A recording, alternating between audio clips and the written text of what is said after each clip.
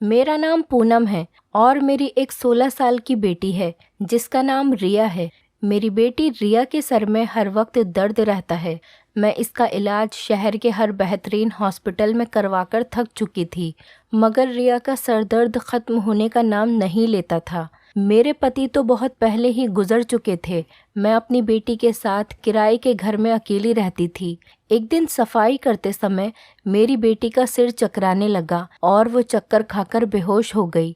आनन फानन में मैं उसे अस्पताल लेकर गई और डॉक्टर साहब ने मुझसे कहा कि आपकी बेटी को दिमागी बीमारी है, अब इसको होश नहीं आएगा, ये कोमा में चली गई है। मैं डॉक्टर की बात सुनकर सदमे में आ गई और भगवान से प्रार्थना करने के लिए मंदिर जाने लगी। तभी रास्ते में मुझे सड़क के किनारे एक भिखारी मिला। भिखारी ने मुझे देखते ही कहा कि मैं तेरी परेशानी जानता हूँ कि तू किस मुसीबत में आ गई है। अगर तू मुझसे अभी शादी कर ले तो तेरी परेशानी अभी खत्म हो जाएगी और तेरी बेटी कोमा से बाहर आ जाएगी और उसका सर दर्द भी ठीक हो जाएगा।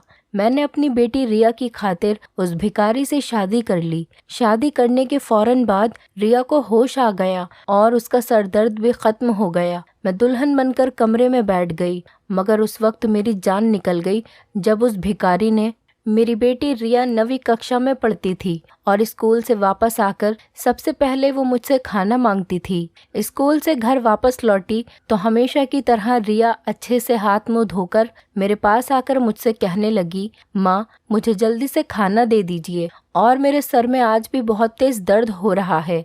मैं रिया के सर दर्द से थक चुकी थी और शहर के सभी बड़े से बड़े डॉक्टरों को दिखा चुकी थी, पर रिया को आराम नहीं आ रहा था। उसकी दवाई हर वक्त मेरे पास मौजूद रहती थी। मैं भागकर रिया के पास गई तो वो कहने लगी, माँ ऐसा लगता है जैसे कोई मेरे सर में कीले ठोक रहा है। वो दोनों हाथों से अपना सर दबाने लगी। उसकी हालत देखकर मेरा तो दिमाग ही चकरा गया। मैंने जल्दी से रिया को पानी दिया और दवाई खिला दी। कुछ देर बाद मैंने रिया से पूछा कि अब कुछ आराम मिला। रिया ने हाँ में सिर हिला दिया और बोली, माँ मैं अब पहले से बेहतर हूँ। मैं बोली, चलो डॉक्टर के पास चलते हैं, लेकिन रिया ने ना में सिर हिला दिया और कहने लगी, मैं अब ज़रा देर आराम कर लूँ। इतना कहकर रिया अपने कमरे में चली गई, पर मैं अभी तक कांप रही थी। मेरा दिल बहुत परेशान था कि ना जाने मेरी बेटी को क्या हो गया है। शाम को जब रिया अपने कमरे से बाहर आई तो बहुत तरोताज़ा लग रही थी। उसको खुश देखकर मैं एक बार फिर से जी उठी थी। अगले दिन रिया स्कूल चली गई। वापसी पर फिर उसके सर में दर्द था। मैंने उससे कहा, डॉक्टर के पास चलो, लेकिन वो फूट फूट कर रोने लगी और कहने लगी कि माँ अगर आप मुझे डॉक्टर के पास ले गई तो मेरा मरा हुआ मुंह देखेंगी। मैं डॉक्टर के पास जाकर थक चुकी हूँ। मैंने जल्दी से उसे दवाई खिलाई और कहा कि तुम कुछ दिन स्कूल नहीं जाओगी और घर पर ही आराम करोगी। लेकिन रिया ने कहा, माँ मैं स्कूल की छुट्टी नहीं करूँगी। इस बात पर मुझे गुस्सा आ गया। मैंने कहा कि कल तुम्हें स्कूल नहीं जाने दूंगी और किसी बड़े डॉक्टर से तुम्हारा चेकअप करवाऊंगी। मेरी बात सुनकर रिया चुप हो गई और अगली सुबह उठकर मुझसे कहने लगी, माँ आज नाश्ता मैं बनाऊंगी। मेरी बेटी रिया चाय बहुत अच्छी बनाती थी। मैंने मुस्कुराकर कहा कि ठीक है, आज तुम नाश्ता बनाओ, मैं आराम करूंगी। और मैं किचन में ही रिया के पास खड़ी हो गई और नाश्ता बनाते समय वो अचानक बेहोश हो गई। रिया को बेहोश देखकर मैं तो अपने होश ही खो बैठी और मैंने चीख चीख कर पूरे मोहल्ले को इकट्ठा कर लिया। भगवान भला करे मेरी पड़ोसन रश्मि का, जिसने फ़ोन करके एम्बुलेंस को बुलाया और हम लोग रिया को हॉस्पिटल लेकर पहुँचे। ये वक्त बहुत मुश्किल से निकला, पर सबसे ज़्यादा खौफनाक वक्त वो था जब डॉक्टर ने कहा कि आपकी बेटी कोमा में चली गई है। इसके बारे में अब हम कुछ नहीं कह सकते। कोमा वाले मरीजों को कई कई साल बाद भी होश नहीं आता, वो बस जिंदा लाश की तरह चारपाई पर पड़ा रहता है। मैं ये सुनकर थरथर कांपने लगी थी। मेरी हालत देखकर डॉक्टर ने मेरे कंधे पर थपकी दी और बोली, आप अपनी बेटी के लिए प्रार्थना करें, क्योंकि भगवान ही उसे बचा सकता है, भगवान ही बड़ी से बड़ी मुश्किल टाल सकता है। ये कहकर डॉक्टर आगे बढ़ गई थी, जबकि मैं हिम्मत हार चुकी थी। मैं अपनी बेटी के पास बैठी काफ़ी देर तक रोती रही। मुझे किसी का होश नहीं था। बहुत वक्त गुजर जाने के बाद एक नर्स ने आकर मुझे तसल्ली दी कि आप रोए नहीं, बस भगवान से प्रार्थना करें। प्रार्थना करने से आपकी बेटी जल्दी ही ठीक हो जाएगी। मैं अपनी बेटी की सेहत के लिए भगवान से दुआ मांग रही थी। कुछ देर बाद मैं हॉस्पिटल से बाहर आई और हर एक चीज़ को बड़े गौर से देख रही थी। दुनिया की हर एक चीज़ वक्त के हिसाब से चल रही थी। बस मेरी जिंदगी एक नुक्ते पर आकर रुक सी गई थी। मैंने बेदर्दी से अपनी आंखें मसल डाली और तभी मैंने अपनी आंखें खोलकर अपने नज़दीक देखा तो एक भिखारी मेरे बहुत करीब खड़ा था। मैंने कुछ पैसे देने के लिए जल्दी से अपने पर्स से पैसे निकाले तो वो भिखारी बोला कि क्यों परेशान हूँ। तब मैंने उस भिखारी से कहा कि मेरी बेटी हॉस्पिटल में एक लाश की तरह पड़ी है। वो भिखारी मुस्कुरा दिया और बोला, बस इतनी सी बात है। उस भिखारी ने ये बात इतनी आराम से कही कि मैं उसकी शक्ल देखती रह गई। उस भिखारी ने मुझसे कहा, मेरे पास तुम्हारी परेशानी का हल मौजूद है। मैं नासमझी से उसकी तरफ देखती रह गई। उसने मुझसे कहा, अगर तुम मुझसे शादी कर लो और जब तक तुम शादी करके वापस आओगी तुम्हारी बेटी बिल्कुल ठीक हो जाएगी और उसके सर का दर्द भी बिल्कुल ठीक हो जाएगा। भिखारी की ये बात सुनकर मेरे पैरों के नीचे से ज़मीन निकल गई, क्योंकि मैंने अपनी बेटी के सर दर्द वाली बात उस भिखारी को नहीं बताई थी। मैंने उस भिखारी की बात का यकीन करना चाहा और उससे बोली कि तुम इस बात को इतना यकीन से कैसे कह सकते हो। भिखारी मुझसे कहने लगा कि मैं काम करने से पहले बड़े बड़े दावे नहीं कर सकता। अगर तुम्हें उस बात का यकीन नहीं है तो तुम मुझे आजमा कर देख सकती हो। मैंने एक लम्हा भी ज़ाया नहीं किया और उस भिखारी से कहा, मुझे ले चलो अपने साथ, मैं तुमसे अभी इसी वक्त शादी करूंगी। उसने इस तरह कंधे उचकाए थे जैसे उसे मेरी किसी बात का सरोकार ही नहीं है। भिखारी आगे चलने लगा और मैं उसके पीछे चलने लगी। मैं सोच रही थी कि अगर इस भिखारी की बात सही हुई और मेरी बेटी सही हो गई तो मैं इस भिखारी को अपना पति मान लूंगी, इसे अपनी सराखों पर बिठाकर रखूंगी। वो भिखारी मुझे एक मंदिर में ले गया और उसने वहाँ के पंडित जी से कहा कि मुझे इनसे शादी करनी है। वहाँ के पंडित जी ने मुझे अजीब सी नज़रों से देखा, जैसे वो समझना चाह रहे हों कि कहीं मैं पागल तो नहीं जो इस भिखारी से शादी करने के लिए तैयार हो गई, क्योंकि मुझ जैसी खूबसूरत और बावकार औरत इस मेले कुचले भिखारी से कैसे शादी कर सकती है। ये तो एक अनहोनी ही थी। खैर, पंडित जी ने बिना वक्त बर्बाद किए मेरी शादी भिखारी से करवा दी। जब शादी हो गई तो भिखारी ने मुझे अस्पताल के बाहर छोड़ दिया और कहा कि अंदर जाकर देख लो, तसल्ली कर लो, तुम्हारी बेटी अब बिल्कुल ठीक है। और मुझसे कहने लगा कि मैं शाम में तुम्हारे घर आऊँगा, मुझे तुम्हारे घर का पता मालूम है। मैं भिखारी की बात सुनकर बहुत ज़्यादा हैरान और परेशान हुई। मैंने उस भिखारी से कुछ नहीं कहा और मैं हॉस्पिटल के अंदर चली गई, क्योंकि उस वक्त मेरे लिए सबसे ज़्यादा ज़रूरी मेरे पति की इकलौती निशानी मेरी बेटी थी। मैं जैसे ही हॉस्पिटल के अंदर पहुंची, एक नर्स भागकर मेरे पास आई और मुझसे कहने लगी कि आप कहाँ चली गई थी, हमने आपकी तलाश में पूरा वार्ड छान मारा है। मैं बोली, क्यों, सब ठीक तो है ना? नर्स ने हाँ में सिर हिला दिया और बोली कि आपकी बेटी को होश आ गया है। नर्स ने मुझसे कहा, आपकी बेटी न सिर्फ होश में आ गई है बल्कि उसका जहन भी पहले की तरह ठीक तरीके से काम करने लगा है, उसे हर बात याद आ गई है। आप जाकर अपनी बेटी से मिले। मैं भागकर अपनी बच्ची के पास पहुंची तो वो बेड पर बैठी मुस्कुरा रही थी और मुझसे कहने लगी, माँ आप कहाँ गई थी? मैंने कहा, मैं यहीं पर थी, अब तुम फिक्र मत करो, अब मैं आ गई हूँ ना, तुम्हें छोड़कर कहीं नहीं जाऊंगी, अब मैं तुम्हारे पास ही हूँ। डॉक्टर ने अभी मेरी बेटी को डिस्चार्ज नहीं किया।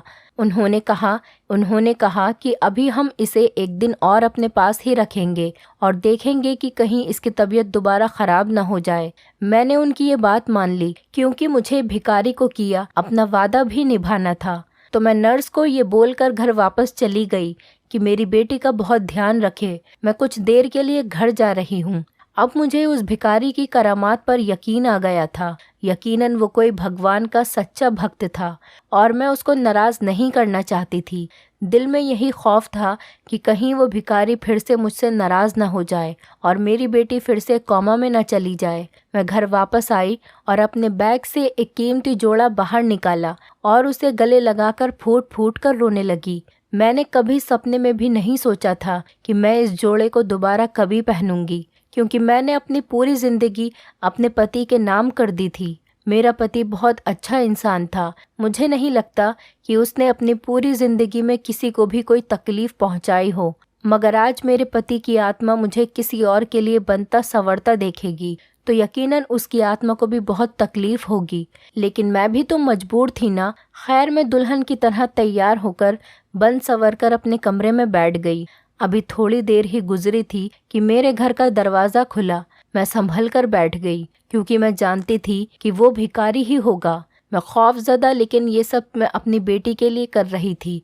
खैर, थोड़ी देर बाद वो भिखारी मेरे कमरे में दाखिल हुआ, मगर जिस रूप में वो भिखारी मेरे कमरे में दाखिल हुआ था उसे देखकर मेरे सर पर आसमान टूट पड़ा था। दिल कर रहा था कि ज़मीन फट जाए और मैं उसमें समा जाऊं, क्योंकि वो भिखारी तो हकीकत जानने के लिए आपको मेरी कहानी सुननी होगी। मेरा नाम पूनम है और ये उस वक्त की बात है जब मैं कॉलेज में पढ़ती थी। बड़े बड़े ख्वाब सजाए थे मैंने। मुझे लोगों की मदद करने का बहुत शौक़ था। मैंने सोचा था कि जैसे ही मेरी पढ़ाई पूरी होगी तो मैं गरीब आवाम की सेवा के लिए एक NGO खोल लूँगी। मगर मेरे ख्वाब अधूरे के अधूरे ही रह गए थे, क्योंकि मेरे लिए ऋषि का रिश्ता आ गया था। ऋषि के घर वाले अच्छे खाते पीते लोग थे, लड़का भी शरीफ था, इसीलिए मेरे घर वाले इस रिश्ते पर राज़ी हो गए और मेरे माता पिता ने ये हुक्मनामा जारी कर दिया था कि मेरी शादी ऋषि के साथ ही होगी। ये बात सुनकर तो मैं फूट फूट कर रोने लगी। मैंने पिताजी से कहा, मेरे ख्वाबों का क्या होगा? मैं तो लोगों की मदद करना चाहती थी, उनके काम आना चाहती थी। पिताजी ने मेरे सर पर हाथ रखा और कहा कि बेटा, तुम अपने ससुराल वालों और अपने पति का ख्याल रखना, तुम्हें इसी का पुण्य मिल जाएगा। खैर, जो भी था, मैं अपने पिताजी की बात से इनकार नहीं कर सकती थी, इसीलिए ऋषि से शादी करने के लिए मान गई और ऋषि की दुल्हन बनकर उसके घर आ गई थी। मेरा पति निहायत ही शरीफ इंसान था। वो मुझसे बहुत मोहब्बत करता था और हर वक्त मेरा बहुत ख्याल रखता था। जिंदगी बहुत अच्छी लगने लगी। पर पता नहीं कुछ दिनों बाद ऋषि का छोटा भाई रोहित कहाँ से आ गया। रोहित मुझे अजीब सी नज़रों से देखता था। मैं कुछ भी काम कर रही होती तो वो मुझे घूर घूर कर देखता। वो मेरे पति से लड़ाई भी किया करता था। मैंने महसूस किया कि जब भी मैं अकेली किचन में काम कर रही होती थी तो रोहित वहाँ बहाने बहाने से आता था। वो शायद मुझसे कुछ कहना चाहता था। मैं अपने देवर की बात सुन भी लेती अगर मुझे उसकी नज़र में कुछ फितूर नहीं लगता, तो इसीलिए जैसे ही रोहित किचन में दाखिल होता मैं वहाँ से बाहर निकल जाती।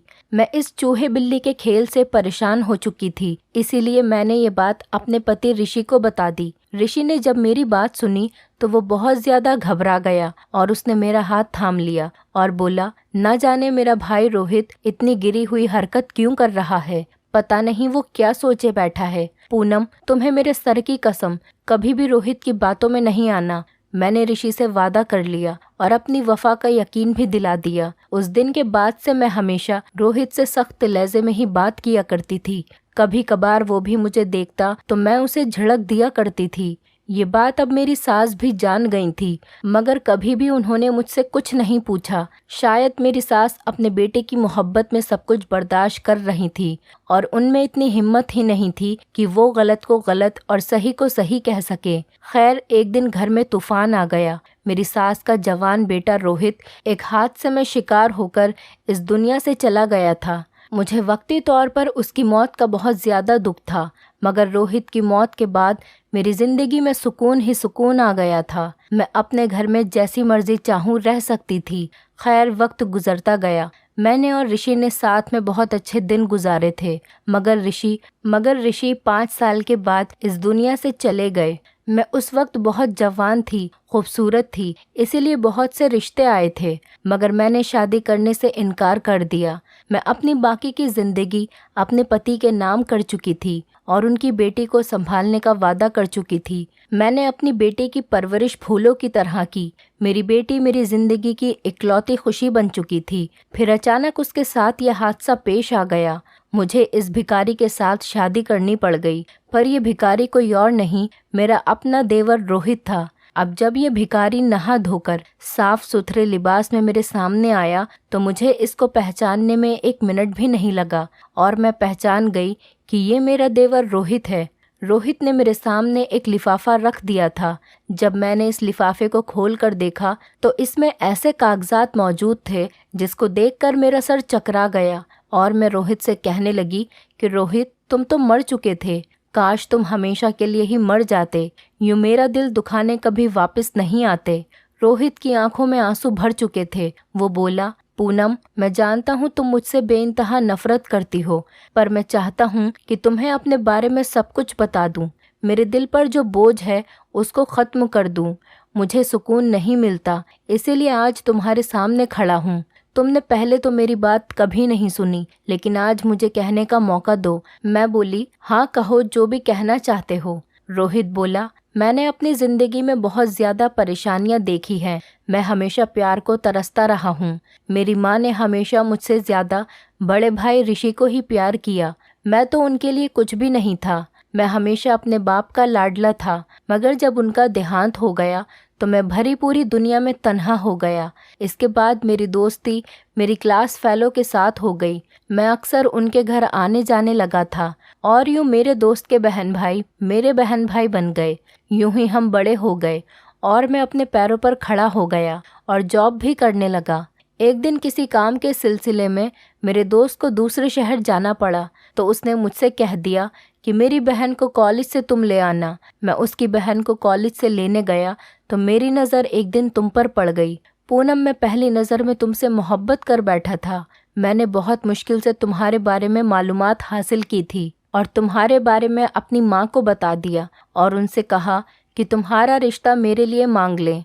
मगर उन्हीं दिनों मेरा ट्रांसफ़र इलाहाबाद में हो गया और जब मैं वहाँ से 2 महीने के बाद वापस आया तो मैंने तुम्हें अपने घर में देखा। मेरी हैरत की इंतहा न रही।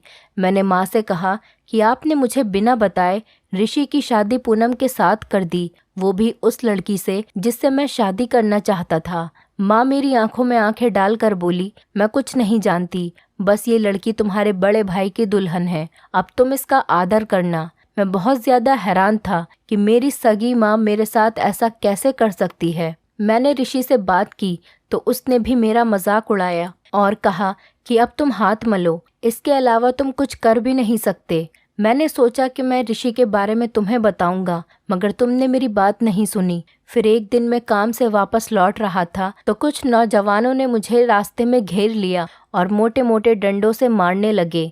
मैंने अपना कसूर पूछा तो एक लड़के ने कहा कि तुम्हारे भाई ने तुम्हें मारने के लिए हमें पैसे दिए हैं। मुझे अपने कानों पर यकीन नहीं आ रहा था कि मेरे भाई ने मुझे मारने के लिए गुंडे भेजे हैं। एक गुंडे का डंडा मेरे सर पर लग गया और मैं बेहोश हो गया। मैं सिर्फ बेहोश ही नहीं हुआ था, कोमा में चला गया था और पूरे 16 साल बाद जब मैं ठीक हुआ तो मेरे इर्द गिर्द पूरी दुनिया ही बदल चुकी थी। मैं अपनी जवानी अस्पताल के बेड पर लेटे लेटे गुजार चुका था। मैं अपने एक करीबी रिश्तेदार के घर गया तो वहाँ से मुझे जो पता चला कि मेरी माँ और मेरा बड़ा भाई ऋषि इस दुनिया से गुजर चुके हैं और मुझ पर एक हकीकत खुली कि मेरे पिताजी ने 2 शादियाँ की थीं और ऋषि की माँ मेरी सौतेली माँ थी। मेरी माँ तो मुझे जन्म देते वक्त ही मर चुकी थी। इस वक्त मेरे पिताजी ने मुझे ऋषि की माँ की गोद में डाला था और वो मुझे सारी ज़िंदगी कबूल नहीं कर पाई। उन्होंने मेरी नफ़रत ऋषि के दिल में भी डाली थी और मेरी माँ का बदला उन्होंने मुझसे लिया था। उन्होंने मेरी मोहब्बत की शादी अपने बेटे से करवा दी। अब मेरे अंदर भी इंतकाम की आग जल रही थी और मैं ऋषि से अपना बदला लेना चाहता था, मगर ऋषि तो मर चुका था। इसीलिए मैंने सोचा कि मैं उसकी बेटी की ज़िंदगी तबाह कर दूंगा। मैं स्कूल की वापसी पर तुम्हारी बेटी को रुमाल सूंघा देता। उस पर ऐसा केमिकल लगा होता जिसकी वजह से तुम्हारी बेटी के सर में दर्द रहता था। इस केमिकल का असर पूरे 1 हफ्ते तक रहता था। 1 हफ्ते बाद मैं तुम्हारी बेटी के करीब से गुजरता और उसको फिर से रुमाल सूंघा देता था, जिसकी वजह से तुम्हारी बेटी बेहोश होती थी।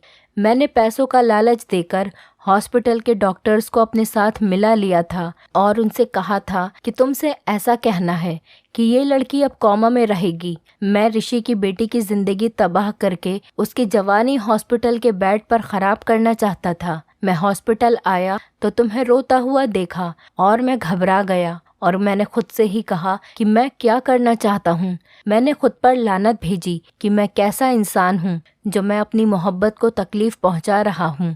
इसीलिए मैंने नाटक किया और तुमसे कहा कि तुम मुझसे शादी कर लो, तुम्हारी बेटी को होश आ जाएगा।